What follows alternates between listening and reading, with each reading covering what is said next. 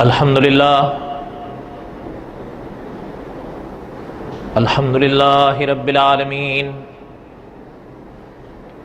الصلاة والسلام علی سید الانبیاء والمرسلین،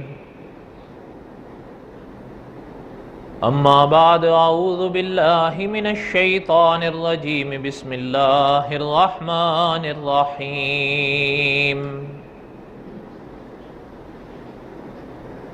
وَاتْلُ عَلَيْهِمْ نَبَأَ ابْنَيْ آدَمَ بِالْحَقِّ صدق اللہ العظیم وبلغنا رسولہ النبی الکریم ونحن علی ذلک لمن الشاہدین والشاکرین والحمد للہ رب العالمین۔ اللہم صلی علی محمد وعلی آل محمد کما صلیت علی ابراہیم وعلی آل ابراہیم انکا حمید مجید۔ اللہم بارک علی محمد وعلی آل محمد کما بارکت علی ابراہیم وعلی آل ابراہیم انکا حمید مجید۔ کہ علماء لکھتے ہیں کہ حضرت آدم علیہ السلام کی شریعت میں ایک مسئلہ تھا کہ جب کسی گھر میں ایک لڑکا اور لڑکی پیدا ہوتے، مثلا حضرت آدم علیہ السلام کے گھر میں اولاد ہوئی، یہ علماء نے لکھا، اور یہاں تک صاحب کتاب لکھتے ہیں کہ اپنا قصص القرآن کے کہ قصص الانبیاء کے کہ یہ کہیں پڑھنے میں نہیں آیا کہ اکٹھے لڑکے دو ہو گئے ہوں یا دو لڑکیاں ہو گئی ہوں، ہر حمل میں ایک لڑکا ایک لڑکی ہو، یہ نظام تھا اللہ کا اس وقت کے لحاظ سے۔ اور پھر حضرت آدم علیہ السلام اپنی شریعت کے مطابق ایک حمل والے لڑکے کا دوسری حمل والی لڑکی سے نکاح کرتے تھے۔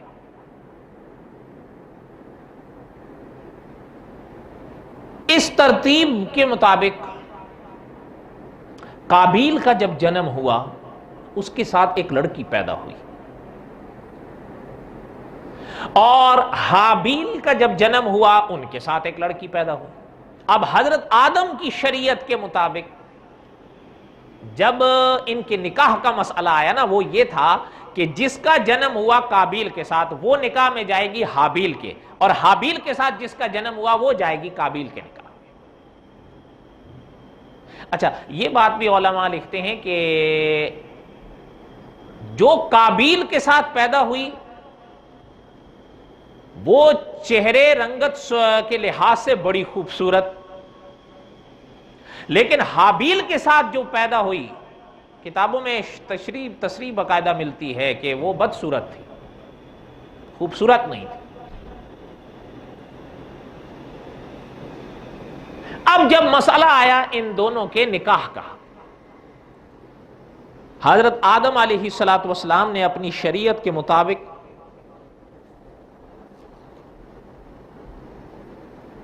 جناب حابیل سے فرمایا کہ بھائی آپ جب نکاح اب ہونا ہے تو آپ کا نکاح ہوگا جو قابیل کے ساتھ پیدا ہوئی ہیں۔ ان کا جی اہلاً ہم حاضر ہیں۔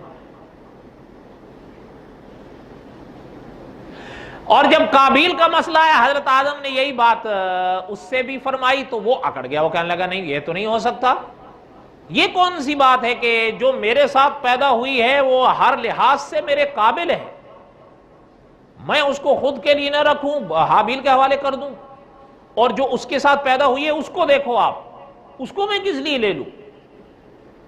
حضرت آدم علیہ السلام نے بہت سمجھایا لیکن بہرحال وہ نہ مانا، حتیٰ کہ بعض یہ بھی جملے ملتے ہیں کتابوں میں کہ حضرت آدم نے جب بہت اس کو سمجھایا تو یہاں تک بھی فرمایا کہ یہ اللہ کا حکم ہے۔ وہ کہنے لگا کہ بابا شادی میں نے کرنی ہے، اس میں اللہ کا کیا واسطہ، اللہ کا کیا تعلق ہے، کمال ہے۔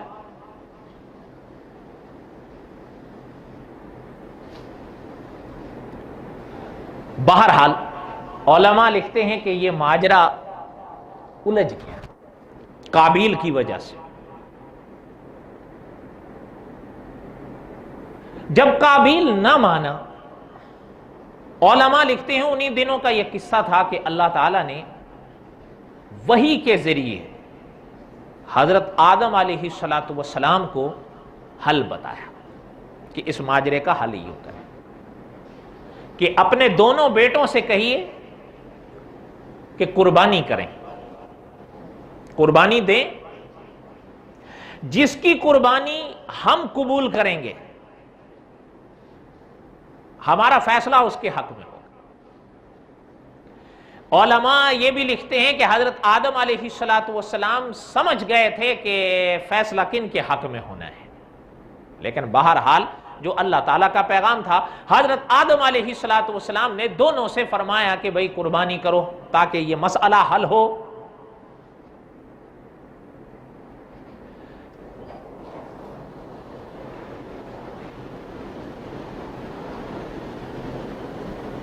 दोनों ने सुनी अपने वालिद की बात। इज़ क़र्रबा कुर्बानन, अल्लाह ताला कुरान पाक में फरमाते हैं। इन आयतों की तफसीर में मुफस्सिरीन लिखते हैं कि जनाबे हाबील ये गलाबानी करते थे और काबील जो था ये काश्तकारी करता था। जब हजरत आदम ने दोनों को कुर्बानी के लिए फरमाया, मौलाना इदरीस कांदलवी रहमतुल्लाह अलैह लिखते हैं कि जनाबे हाबील ने अपने जानवरों के रेवड़ में से बड़ा इंतखाब करके बेहतरीन दुम्बा अल्लाह की राह के लिए पेश किया। एक पहाड़ पर ले गए, वहां उसको खड़ा किया, रखा। उधर से अब काबील निकला। उलमा ने लिखा है कि वो चूंकि काश्तकारी करता था, उसने गुंदम वगैरह पेश किए, लेकिन वही किताबें साथ में वजाहत करती हैं कि पेश तो की उसने, लेकिन रद्दी किस्म की मता, जिसकी कोई हैसियत नहीं।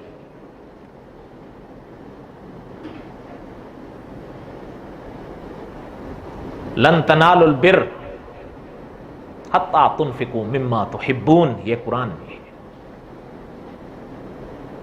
और इन पाक जुमलों से ये बात समझ में आती है जो उलमा ने लिखी है, खुदा की राह में आप और हम वो शय दिया करें जो हमें खुद भाए, तब पता चलता है।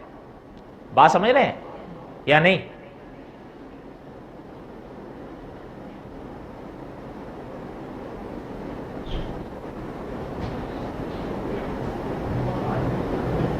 उसने वो गला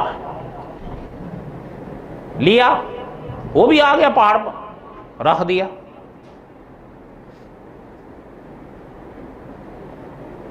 तफसीर की किताबों में लिखा है कि उस जमाने में कोई गुराबा वाला मसला नहीं था, किसको दी जाए। इसलिए अल्लाह ताला ने उस वक्त के लिहाज से कुर्बानी के लिए यह निजाम रखा था कि आसमान से एक आग आती थी, वो कुर्बानी को जला देती थी। यह निशानी होती थी उस कुर्बानी की कबूलियत की। समझ रहे हैं?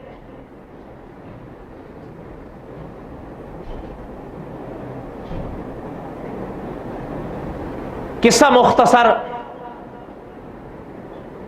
उलमाए मुफस्सरीन लिखते हैं कि आसमान से एक आग आई, जनाबे हाबील की कुर्बानी को ले। जाहिर हो गया कि जनाबे हाबील की कुर्बानी कबूल कर ली अल्लाह पाक ने, और फैसला उस लड़की का जनाबे हाबील के हक में, जनाबे हाबील के हक में हो। अब तो बात सामने हो गई थी।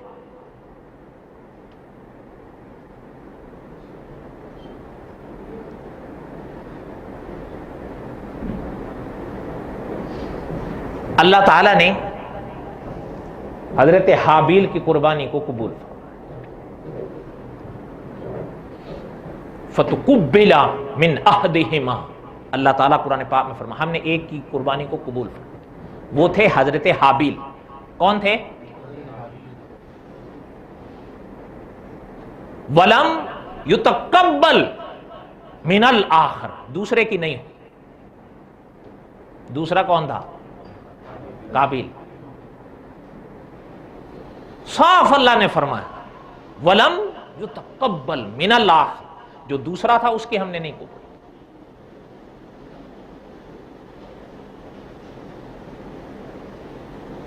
وہ حیران ہو گیا، یہ کیا ہو گیا؟ یاد کریں وہ جملہ جو کتابوں میں ملتا ہے، اس نے حضرت آدم سے کیا کہا تھا کہ نکاح میں نے کرنا ہے، اس میں اللہ کا کیا لینا دینا ہے؟ لیکن جب یہ ماجرا اس نے آنکھوں سے دیکھا، اب اس کے کہ وہ تسلیم کر لیتا اس فیصلے کو اور اپنی غلطی مان لیتا، اکڑ گیا، غصے سے بھر گیا۔ اور علماء نے باقاعدہ وضاحت لکھی ہے کہ اس غصے کا رنگ کیسے ڈھلا، اس کی جڑ کیا تھی؟ مانا یہ حسد کیا تھا؟ یہ کیا ہو گیا؟ قال، کہنے لگا لأقتلنک، میں تجھے قتل کروں گا۔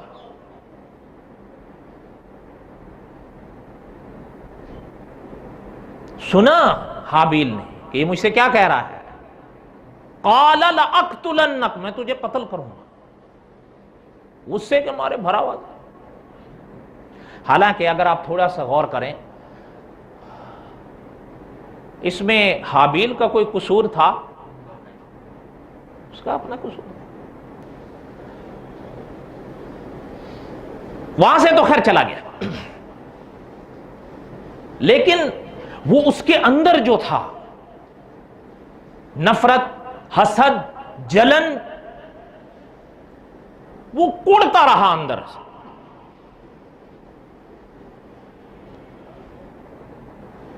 اب علماء مفسرین نے کچھ حضرات کا کہنا یہ ہے کہ موقع کے انتظار میں تھا شاید۔ ایک دن اس نے دیکھا کہ حابیل ایک وادی ہے، وہاں لیٹے ہوئے ہیں،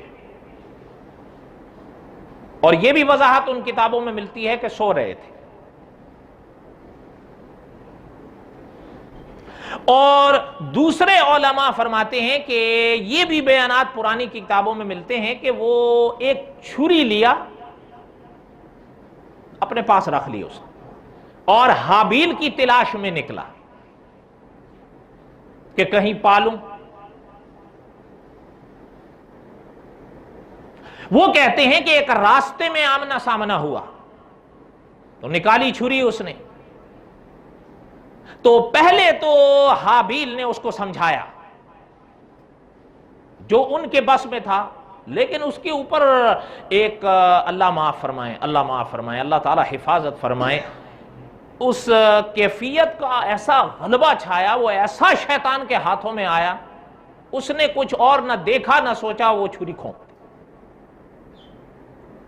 لیکن دوسرے علماء فرماتے ہیں کہ نہیں، اور ایک وضاحت یہ ملتی ہے پرانی کتابوں میں کہ جس وادی میں حابیل سو رہے تھے نا، یہ آیا تو ان کے اوپر چڑھ گیا، لیکن اس سے پہلے کبھی اس دنیا میں موت ہوئی نہیں اور نہ ہی قتل ہوا تھا، اس لیے پہلے قابیل کا ذہن بھی کام نہیں کر رہا تھا کہ اس کو کروں کیا۔ وہ مارنے لگا، لیکن کبھی گردن دبائے، کبھی پیٹ دبائے، کبھی سینہ دبائے۔ وہ مفسرین لکھتے ہیں کہ ابلیس وہاں آ نکلا اور وہ بھانپ گیا کہ یہ قابیل نہیں سمجھ پا رہا کہ اس کو مارنا کیسے ہے۔ اس نے آ کر اس کو کہا کہ پتھر اٹھاؤ، اس کے سر پر دے مارو۔ کیا کرو؟ बड़ा पत्थर उठाओ, इसके सर पर दे मारो, जब इसका सर कुचला जाएगा या खुद बखुद मर जाएगा। तब उसने पत्थर उठाया। अच्छा, एक चीज और भी सुने, हाबील ने ये सब कुछ उसका बर्दाश्त किया।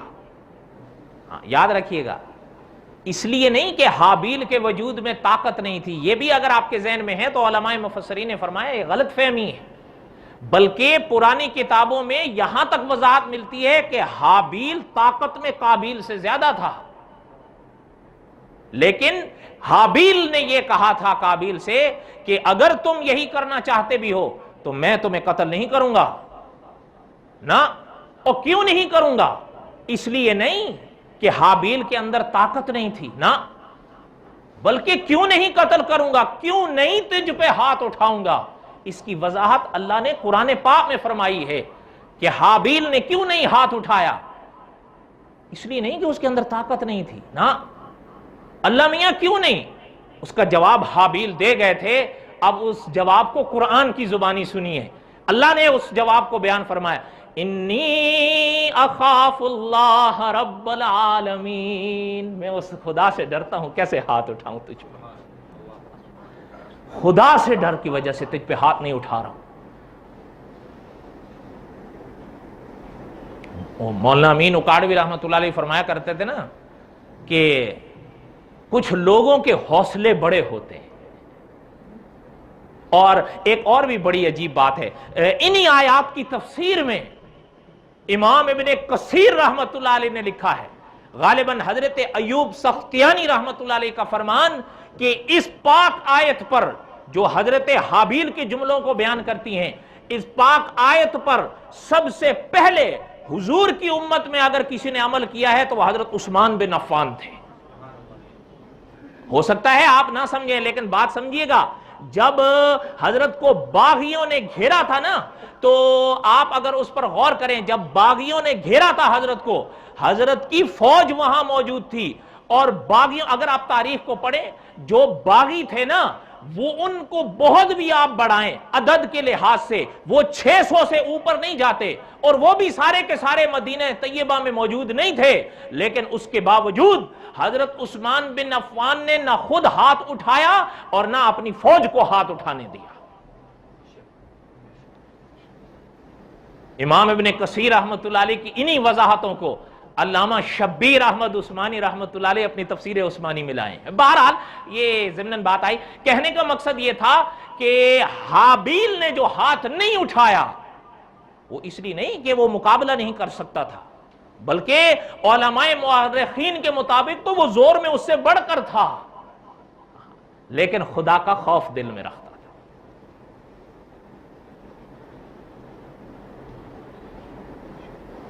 समझाया हजरत हाबील ने उसको। अच्छा, इसमें एक और भी बड़ी वजाहत है जो फुक़हा ने की है कि आया अपना समझें, कोई अगर हो ना मजलूम, उसको कोई जालिम मारने लगे तो क्या करे, वो हजरत हाबील के मुताबिक करे या मुकाबला करे? सवाल समझ में आया या नहीं समझ में आया? लेकिन बहरहाल वो फुक़हा ने उसके जवाबात दिए हैं, लेकिन बहरहाल में इन मजालिस में उनको बयान करने की जरूरत नहीं है। अब आगे सुने, हजरत हाबील, किस्सा मुख्तसर ये है कि हाबील के बस में जो था समझाना, वो समझाया, लेकिन उसके ऊपर जो काबिल के ऊपर जो भूत सवार था वो बहरहाल उतरा नहीं। फ़क़तलहू, अल्लाह ने फरमाया कि आखिर उसने कत्ल कर दिया।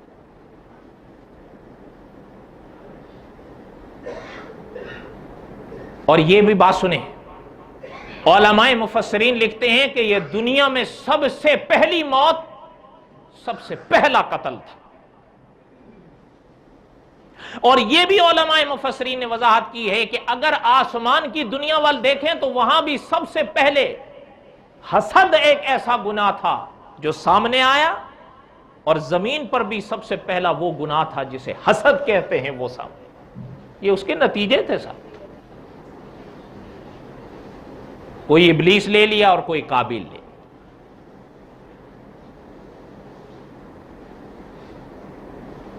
रूह निकल गई, अब देखने लगा।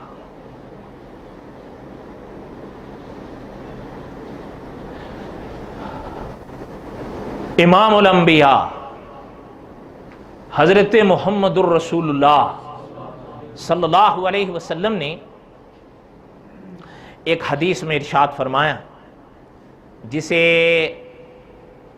मौलाना अब्दुर्रहमान साहब मज़ाहिरी अपनी किताब में लाए हैं हिदायत के चिराग में, और उलमा ने भी लिखी है। कत्ल की सबसे पहली इब्तिदा इस दुनिया में करने वाला काबिल। प्यारे नबी सल्लल्लाहु अलैहि वसल्लम ने फरमाया, अब कयामत तक जो भी कत्ल करेगा और जो भी कत्ल करेगा उसके कत्ल का गुनाह काबिल की गर्दन पर भी जाएगा। क्यों? इब्तिदा करने वाला वो था।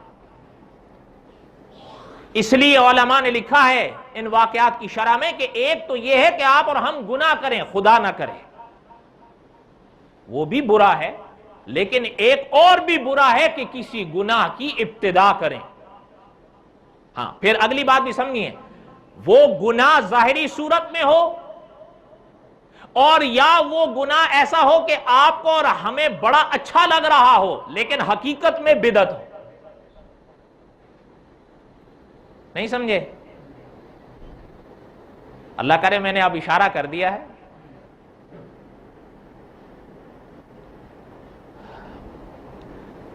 आप सल्लल्लाहु अलैहि वसल्लम ने फरमाया कि उसका गुनाह काबिल की गर्दन पर भी जाएगा, इसलिए कि इब्तिदा उसने की।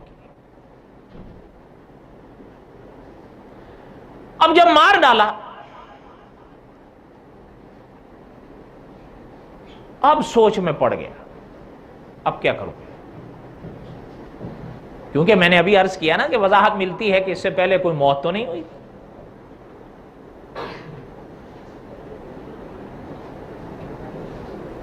आप हैरान होंगे, उलमाए मुफस्सरीन लिखते हैं, एक तो खुद बताया तरीका कैसे मारो। जब भाई ने भाई को मार डाला, खुद ही भागते भागते हजरत हव्वा के पास गया, तेरे बेटे ने तेरे बेटे को मार डाला है। कौन? कौन? इब्लीस।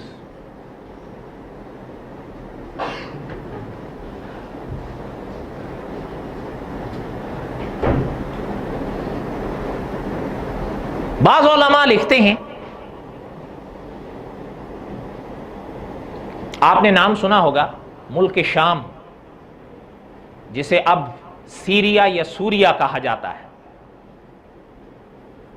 इसका दारुल हुकूमत है, कैपिटल दिमश्क।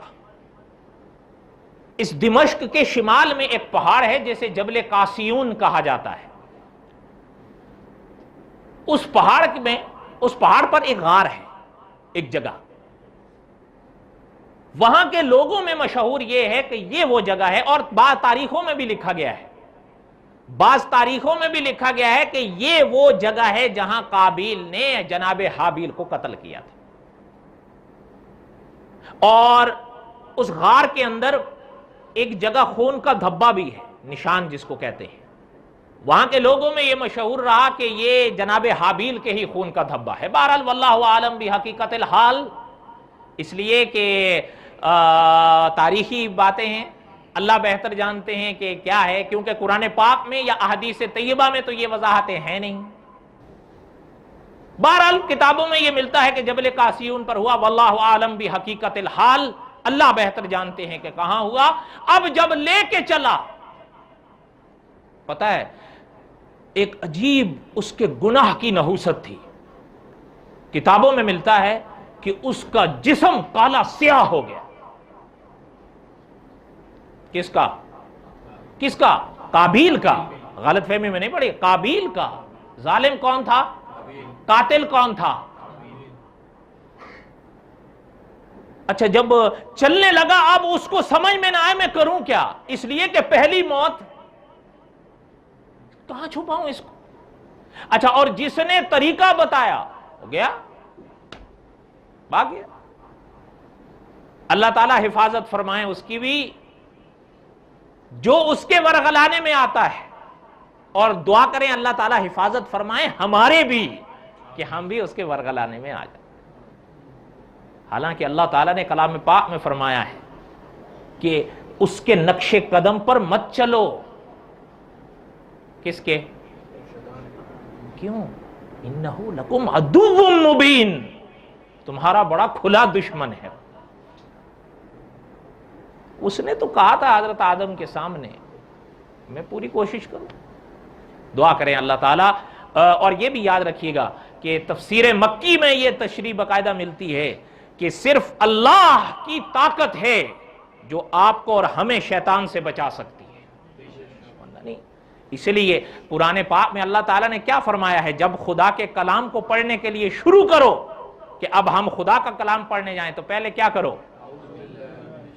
مل کے کہہ دیں اعوذ باللہ من الشیطان الرجیم۔ اللہ تعالیٰ آپ کے ہم سب کے حامی و ناصر ہوں۔ انشاءاللہ بقیہ قصہ قابیل اور حابیل آئندہ جمعہ۔ وما علینا الا البلاغ المبین۔